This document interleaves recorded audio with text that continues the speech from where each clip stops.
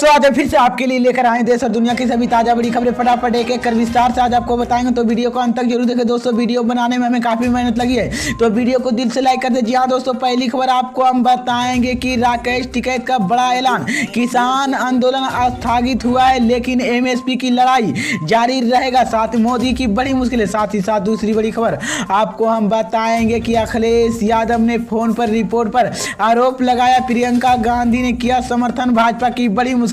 तो सभी खबरों की जानकारी एक एक कर विस्तार से बताएंगे दोस्तों। इससे पहले कि एक छोटी सी रिक्वेस्ट करेंगे दोस्तों कि देश में होने वाले तमाम चुनाव ईवीएम से ना होकर बैलेट पेपर से होना चाहिए। अगर आप भी इस बात का समर्थन करते हैं तो आप इस वीडियो को लाइक करके चैनल को सब्सक्राइब जरूर कर लीजिए और साथ में बेल आइकन भी प्रेस कर लीजिए और वीडियो को ज्यादा से ज्यादा शेयर कीजिए। इसी बीच पर दोस्तों अगली खबर की और तो यूपी में चुनाव से पहले आजम खान की जेल से रिहा करने की समाजवादी पार्टी के कार्यकर्ता ने कर दी है मांग। कहा भाजपा के खिलाफ करेंगे आंदोलन। तो वहीं आपको बताएंगे दोस्तों कि असदुद्दीन ओवैसी ने मुसलमानों को लेकर बीजेपी पर साधा निशाना। कहा बीजेपी के राज में मुसलमान कभी नहीं रह सकता है, सुरक्षित रहेगा। तो वहीं आपको बताएंगे दोस्तों कि अमित शाह ने शिवसेना पर किया बताया शुरुआत। बोले दम है तो इस्तीफा देकर चुनाव लड़े कर दिखाए शिवसेना। तो सभी खबरों की जानकारी बताने वाले दोस्तों। वीडियो को लाइक कर चैनल को सब्सक्राइब कर ले। इसी बीच पर दोस्तों अगली खबर की औरतों की हम आपको बताएंगे कि राकेश टिकैत का बड़ा ऐलान। किसान आंदोलन स्थापित हुआ है लेकिन एमएसपी की लड़ाई जारी रहेगा। मोदी की बड़ी मुश्किल है। जी हाँ दोस्तों, आपको बता दें ये बड़ी खबर सामने निकल कर आई दोस्तों कि भारतीय किसान यूनियन राष्ट्रीय प्रवक्ता और किसान नेता राकेश टिकैत ने कहा है कि किसान आंदोलन स्थगित हुआ है लेकिन एमएसपी की लड़ाई अभी भी जारी है। अभी भी केवल आंदोलन स्थापित हुआ है, इसका मतलब यह नहीं कि आंदोलन खत्म हो गया है। वहीं आपको बताएंगे भारतीय किसान यूनियन राकेश टिकैत ने कहा है कि किसान आंदोलन के स्थगित हुआ लेकिन एमएसपी की न्यूनतम समर्थन मूल्य कानून की लड़ाई अभी भी जारी है। अभी केवल आंदोलन स्थगित हुआ है, इसका मतलब यह नहीं कि आंदोलन खत्म हो गया। वहीं आपको बता दें कि आगे सभी फसलों की एमएसपी के लिए लड़ाई जाएगी। वहीं आपको बता दें कि एमएसपी की मांग को लेकर आंदोलन जो संदेश जाना चाहता है वो चला गया। वहीं आपको बता दें कि वह कहा है कि किसान संगठनों के किसान को संबंध कार्यक्रम के संपीली राजपुर पहुंचाने लेकिन पत्रकारों की बातचीत कहा कि अभी भी 3 कृषि कानून वापस लेने की घोषणा के बाद केंद्र सरकार की वजह से हम स्थगित हैं लेकिन अभी भी लड़ाई जारी रहेगा। एमएसपी की मांग को लेकर सरकार ने आगे बातचीत करेंगे, समाधान निकालेंगे। वहीं आपको बता दें कि छत्तीसगढ़ में किसान धन्यवाद करने की या भी गुरुद्वार श्री सिंह सभा कहा कि आयोजित किसान योद्धा के संपूर्ण समर 75 किसान संगठन 100 किसानों की सामना किया। वहीं आपको बता दें कि राकेश टिकैत ने कहा कि 1 साल अधिक से समय तक किसान आंदोलन की चिंता रही। वहीं आपको बता दें कि आंदोलन के कुचलने पर प्रयास हुआ लेकिन किसान आगे सभी अपनी चली लेकिन सरकार किसानों की मांग मानी और 3 कृषि कानून वापस लिया लेकिन एमएसपी पर कानून बनाने के आश्वासन दिया। इसके बाद 5 की संसदीय बैठक में घर वापसी का निर्णय हुआ। वहीं आपको बता दें उन्होंने कहा कि सरकार जो बातचीत तय करे उसे पूरा करे, आंदोलन बिल्कुल बजाने की देर नहीं लगी। वहीं आपको बता दें कि इसी बार आर पार की लड़ाई होगी, इतिहास रच चुका है कि तो ये बड़ी अपडेट आई दोस्तों कि राकेश टिकैत ने ये बड़ा बयान दिया है। इसी बीच पर दोस्तों अगली खबर की और तो कि हम आपको बताएंगे कि अखिलेश यादव के फोन टेपिंग पर आरोप। प्रियंका गांधी ने किया समर्थन, भाजपा की बड़ी मुश्किलें। जी हाँ दोस्तों, आपको बता दें ये बड़ी खबर सामने निकल कर आई दोस्तों कि अखिलेश यादव की फोन टेपिंग के आरोप प्रियंका गांधी ने समर्थन किया है। उन्होंने कहा कि काम करने की वजह से सरकार कमरे में बैठकर विपक्षी दलों की फोन टेपिंग कर रहे हैं। वहीं आपको बता दें कि समाजवादी पार्टी के मुखिया अखिलेश यादव ने टेपिंग के आरोप कांग्रेस नेता प्रियंका गांधी के समर्थन किया है।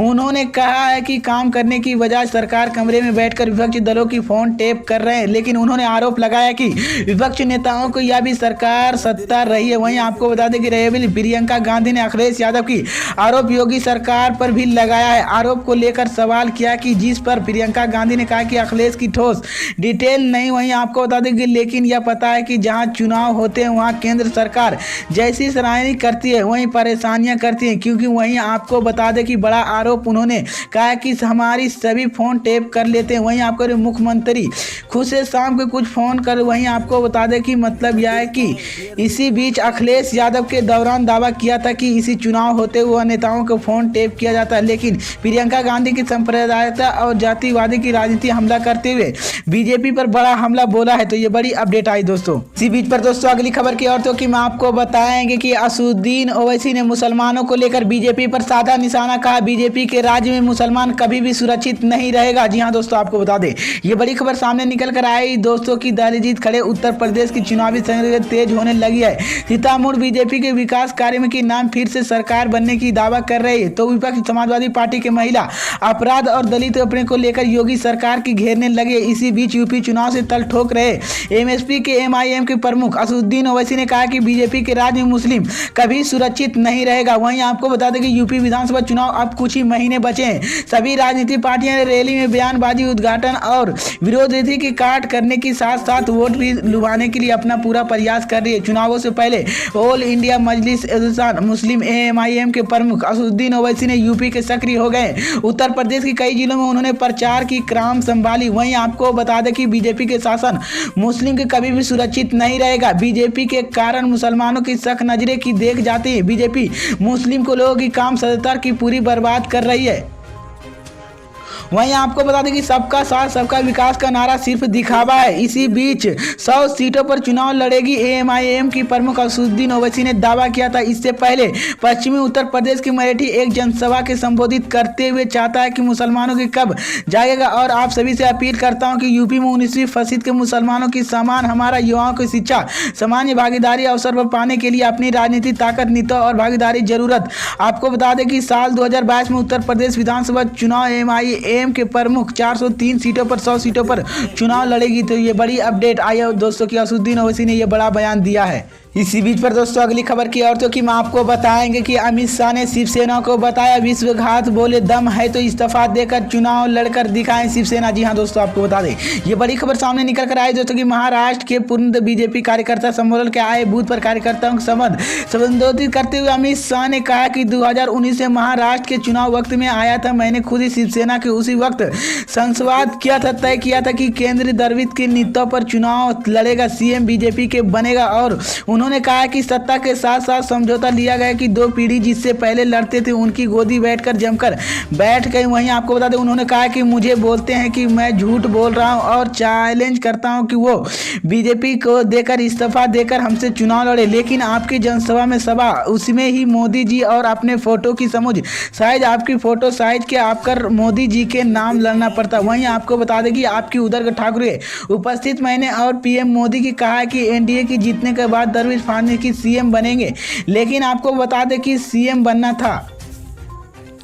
वहीं आपको बता दें कि आपने हमारे साथ विश्वासघात किया, आपको सत्ता पर बैठाना था। अमित शाह ने कहा कि कुछ ही समय पहले आया था कि वो कहा है कि महा की अखाड़ी सरकार की 3 पहले वाले एसोसिएशन सरकार इनके 3 पहले अलग अलग दिशा में जा रहा है, लेकिन अब सुधार कर देता हूं कि महाकाड़ी सरकार 3 पहले वाली सरकार जिससे तीनों चाहे अलग अलग दिशा में जा रही, साथ ही तीनों पाइए 5 करके जिसकी वजह से ऑटो चलती सिर्फ प्रदूषण। वहीं पर आपको बता दें कि अमित शाह ने कहा कि नगरीय से सरकार की इसी दौरान सरकार की पता चलता है कि शुरुआत में पूर्ण नागरिकता के लिए चाहिए तो शिवसेना में एमएसपी की डिमेटी का मतलब बदल दिया, कांग्रेस की पकड़ लिया तो डीलर।